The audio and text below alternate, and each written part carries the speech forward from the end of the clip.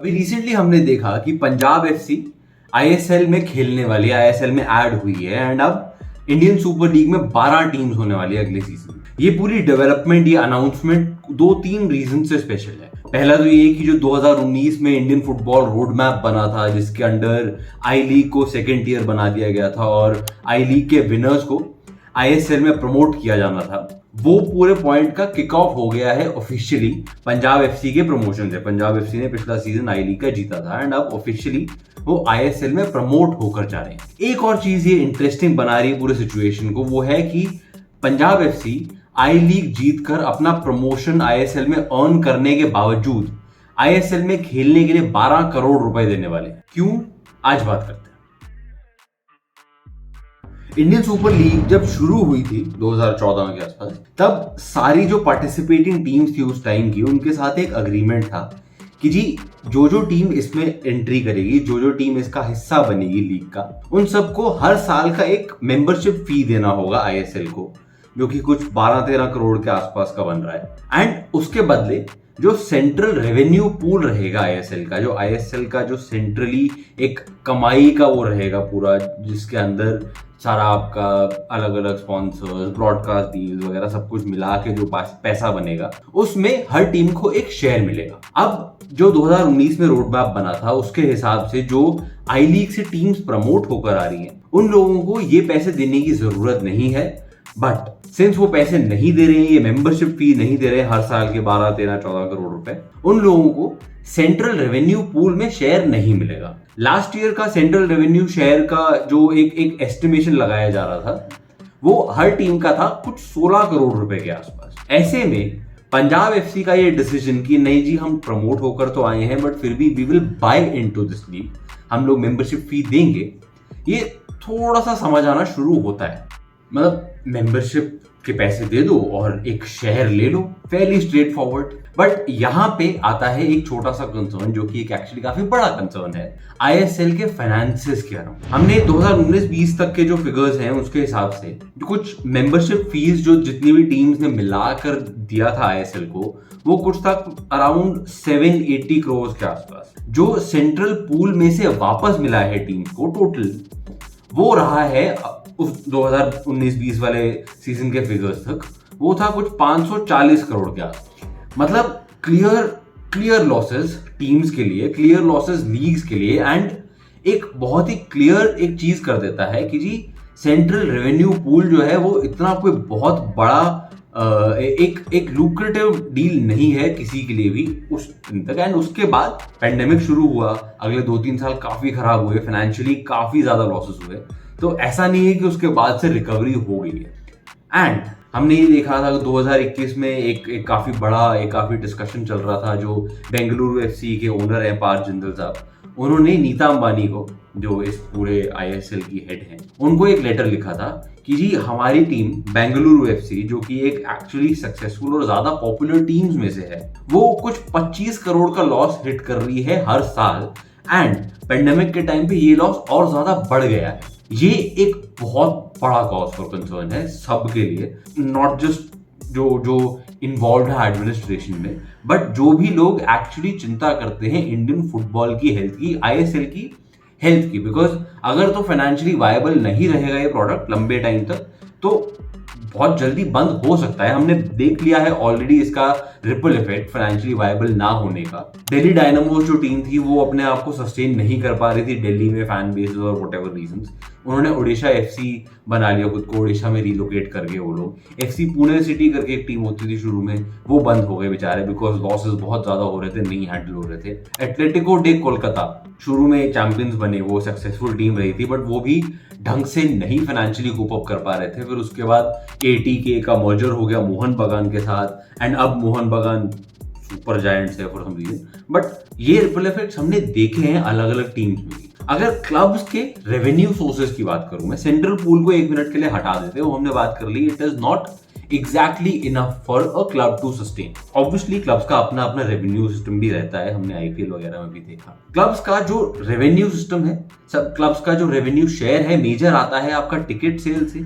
जो आपके home stadium वाले मैचेस होते हैं उसमें जो लोग पैसे देकर जाके मैच देखने लग रहे हैं, उन लोगों से जो पैसे आ रहे हैं वो एक मेजर रेवेन्यू होता है। वो अनफॉर्चुनेटली इंडिया में अभी उतना ज्यादा नहीं है कि आप एक मेजर उस पर डिपेंडेंसी बना सको अपनी। उसके अलावा फिर आपका रहता है मर्चेंडाइजिंग भी अनफॉर्चुनेटली हम लोग देख रहे हैं इतने टाइम से कि उस चीज को उतना ज्यादा अच्छे से टैप नहीं कर पाए हैं ISL clubs.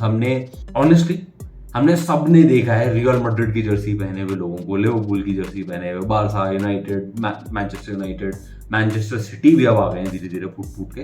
But ISL clubs की जर्सीज हमने नहीं देखी है उतनी ज्यादा, एटलीस्ट बड़े सेंटर्स, छोटे छोटे पॉकेट्स में होंगी आई एम श्योर। वो एक मेजर ऑब्स्टिकल कह सकते हो उसको। उसके अलावा आता है आपका स्पॉन्सरशिप, जो क्लब्स की स्पॉन्सरशिप होती है इंडिविजुअल जर्सी पे और ये सब, वो एक रहता है। वो भी अभी उतनी अच्छी नहीं है बिकॉज बाकी रिस्पॉन्स उतना अच्छा नहीं आ रहा है अभी तक एटलीस्ट। एक मेजर रेवेन्यू सोर्स रहता है प्लेयर सेल्स। हमने कई यूरोपियन क्लब्स को देखा है काफी टाइम से जो कि प्लेयर सेल्स पे कई मिलियंस का प्रॉफिट कर जाते हैं।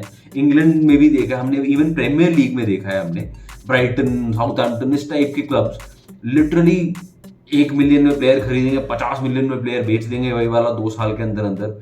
अपने अकेडमीज पर बहुत ज्यादा रिलाई करते हैं। तो वो एक चीज अभी इंडिया में टाइम लगेगा। मैं again not blaming anybody for this, just talking about the ground reality. उस चीज को बनने में टाइम लगता है एंड उस चीज का काम चल रहा है, नो डाउट टाइम लगेगा, yes, but this is the reality right now. अलग अलग टूर्नामेंट्स की प्राइज मनी रहती है, एक मेजर रेवेन्यू सोर्स कई क्लब्स के लिए। वो भी उतनी ज्यादा नहीं है अभी बिकॉज उतना ज्यादा रेवेन्यू नहीं है आईएसएल के पास। वो प्राइज मनी कितना ही ज्यादा बढ़ा लेंगे बेचारे वो। ये सब कुछ अगर देखो एंड अभी की सिचुएशन देखो तो हर आईएसएल क्लब लॉसेस में, स्पेशली सिंस उनको 12-13 करोड़ रुपए हर साल देने पड़ रहे हैं। प्लेयर फीस हमने रिसेंट टाइम्स में देखा है, प्लेयर सैलरीज बेसिकली बहुत ज्यादा तेज बढ़ रही है। अच्छी बात है, प्लेयर्स को पैसे मिलने चाहिए, नो डाउट, बट क्लब्स पे जो स्ट्रेन पड़ रहा है इससे वो एक मेजर कंसर्न बन रहा है धीरे धीरे।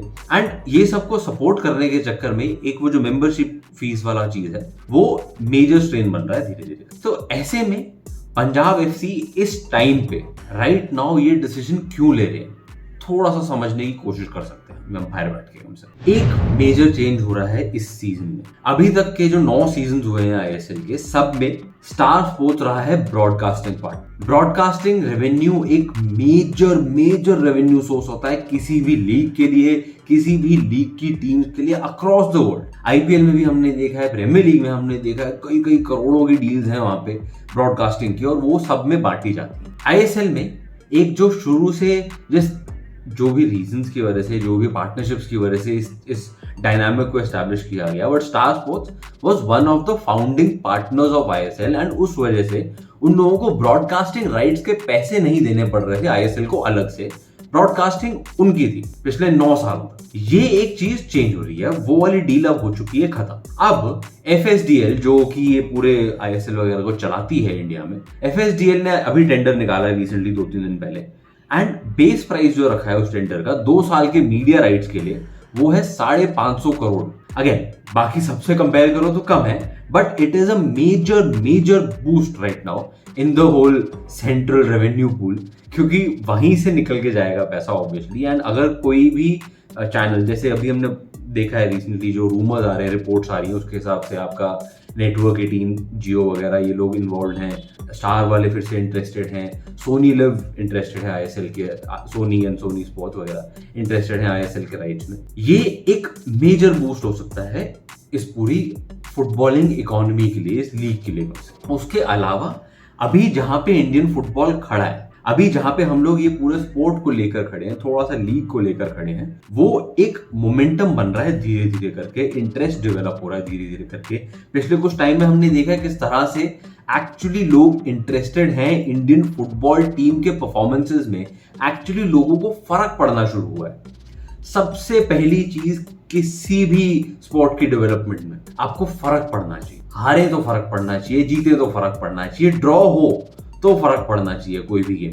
वो चीज ऑलरेडी शुरू हो गई है। हमने अभी देखा जबकि एशियन गेम्स के लिए ये अनाउंसमेंट हुई थी कि इंडियन फुटबॉल टीम्स नहीं जाएंगी, किस तरह का आउटपोरिंग था सपोर्ट का, किस तरह का सोशल मीडिया पे वेव चला था। सारे जितने भी स्पोर्ट्स रिलेटेड थोड़े से भी इंथुजियास्ट थे, थोड़े से छोटे फैंस भी, सब लोग कोशिश कर रहे थे जितनी आवाज बढ़ा सके उसको। तो इंडियन फुटबॉल एक बहुत ही इंटरेस्टिंग जंक्चर पे खड़ा है एंड इस चीज को अभी एक्चुअली टैप इन किया जा सकता है एंड ये रिस्पॉन्सिबिलिटी है आईएसएल की। आईएसएल का हमने शुरू में देखा है, हमने पिछले भी 1-2 वीडियोस में बात करी है पहले भी, कि उतने अच्छे से लोकल सेंटिमेंट को शायद अभी तक टैप नहीं कर पाए हैं। छोटे कुछ जगह में कुछ टीम्स में एक्चुअली केरला ब्लास्टर्स का लोकल सेंटिमेंट बहुत अच्छे से टैप इन है, बेंगलुरु एफसी का भी हो रहा है धीरे धीरे, गोवा वगैरह जो सेंटर्स हैं वो सेंटर्स है, बाकी जगह उतने अच्छे से उस लोकल सेंटिमेंट को टैप करके एक जो अपनेपन वाली चीज होती है ना, वो उतने अच्छे से नहीं बना पाए हैं फॉर वट एवर रीजन। अभी बहुत अच्छी अपॉर्चुनिटी है वो करने की, मोमेंटम बना हुआ है, उसको यूज करना आना चाहिए एंड अगर वो कर गए, अगर उस चीज को ढंग से मार्केट कर गए तो एक बहुत अच्छा टाइडल वेव बन सकता है आईएसएल के लिए, लीग के लिए भी, इंडियन फुटबॉल के लिए ओवरऑल भी, प्लेयर्स वगैरह सब के लिए। रही बात पंजाब एफसी के पास एक अपॉर्चुनिटी है, उन्होंने डिसीजन ले लिया है, मेंबरशिप फी देनी है, उन्होंने सेंट्रल रेवेन्यू पूल में उनको हिस्सा चाहिए। आई एम श्योर मुझसे बहुत ज्यादा स्मार्ट लोगों ने ये डिसीजन लिए हैं कुछ सोच के लिए। अब एक अपॉर्चुनिटी है कि अभी at this point in time ISL में नॉर्थ इंडिया से कोई टीम नहीं, दिल्ली डायनामोस की वो चली गई, नॉर्थ इंडिया में फुटबॉल इंटरेस्ट है। पंजाब एफसी ने ये वाला सीजन, आने वाला सीजन दिल्ली में खेलना है, बिकॉज पंजाब में जो उनका स्टेडियम है वो आईएसएल रिक्वायरमेंट्स के हिसाब से अभी उसमें कुछ रेनोवेशंस करनी है, तो ये वाला सीजन उन्होंने दिल्ली में खेलना है। दिल्ली में उनके सारे मैचेस होंगे जवाहरलाल नेहरू स्टेडियम। अगर तो ये लोकल सेंटिमेंट, अगेन वही बात कर रहे हैं, अगर तो जो नॉर्थ इंडिया वाला लोकल सेंटिमेंट है कि हाँ लोकल प्राइड है, अपने यहाँ का क्लब है यार, थोड़ा सा देखते हैं, थोड़ा सा फर्क पड़ता है हम लोगों को भी, अगर तो उस चीज को ठीक से टैप कर गए तो एक्चुअली एक बहुत अच्छा बेस बना सकते हैं राइट फ्रॉम द गेट को एंड वहीं पे प्रॉफिटेबिलिटी भी शुरू हो जाती है। बिकॉज अगर फैंस एक्चुअली इंटरेस्टेड है तो वो स्टेक होल्डर्स है, वो सिर्फ बाहर से बैठ के देखने वाले लोग, बात करने वाले नहीं है, वो स्टेक होल्डर्स हैं। हमने पता नहीं कितने अलग अलग लीग्स में देख लिया है। अभी आई थिंक लास्ट ईयर या लास्ट टू लास्ट ईयर एक यूरोप में कुछ एक वो चला था कि यूरोपियन सुपर लीग बनाएंगे, कुछ क्लब्स थे, इंग्लैंड के 4-5 क्लब्स थे, स्पेन के एंड और भी 2-3 जगह इटली के। उस टाइम पे जो फैंस का आउटपोरिंग था, सीजन टिकट होल्डर्स और ये सब, वो हमने देखा था कि किस तरह से उन लोगों ने डिसीजंस को इम्पैक्ट किया। उस लेवल तक जाना है, उस लेवल तक फैन मोमेंटम में जाना है एंड पंजाब एफसी के पास अभी एक बहुत अच्छी अपॉर्चुनिटी है उसको यूज करने की। फाइनेंशियली आप जो कॉल्स ले रहे हो, बट उसको सप्लीमेंट करने के लिए लोकल फॉरवर्ड को आप यूज कर सकते हो, लोकल फॉरवर्ड से आप हेल्प ले सकते हो। यूज करना प्रॉब्ली एक रॉन्ग कॉनोटेशन है, आप लोकल फैन से हेल्प ले सकते, लोकल फैंस के साथ जुड़ सकते हो, एक्चुअली आउटरीच कर सकते हो कि नहीं आपको फर्क, हमें आपसे फर्क पड़ता है, आपको हमसे फर्क पड़ता है। वो जब जैसी वो बन जाएगा ना, चिल लाइफ, कोई दिक्कत नहीं। बाकी हमने देखा ही है ओवरऑल अटेंडेंस भी बढ़ रही है धीरे धीरे, हर मैच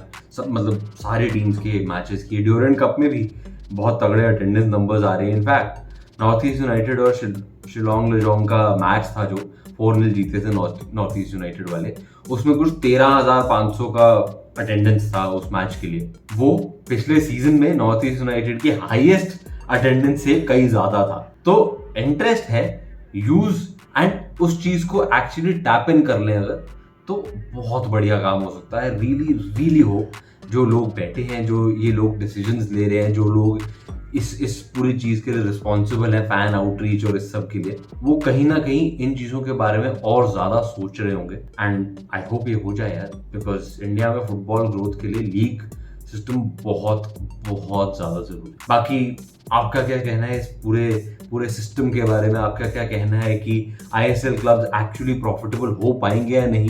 जो नया ब्रॉडकास्टिंग राइट आएगा उससे कितना फर्क पड़ेगा? ये सब हमें कमेंट्स में जरूर बताएं। वीडियो अगर अच्छा लगा तो नीचे लाइक का बटन प्लीज दबा दो, ताकि यूट्यूब महाराज हमारे ज्यादा से ज्यादा लोगों तक पहुंचा पाए इस वीडियो को। एंड अगर इस चैनल का कंटेंट पसंद आ रहा है, स्पोर्ट्स सर्कल कम्युनिटी की बातें आपको पसंद आ रही हैं, तो प्लीज चैनल को सब्सक्राइब करना ना भूलें। मिलते हैं आपसे अगले वीडियो में।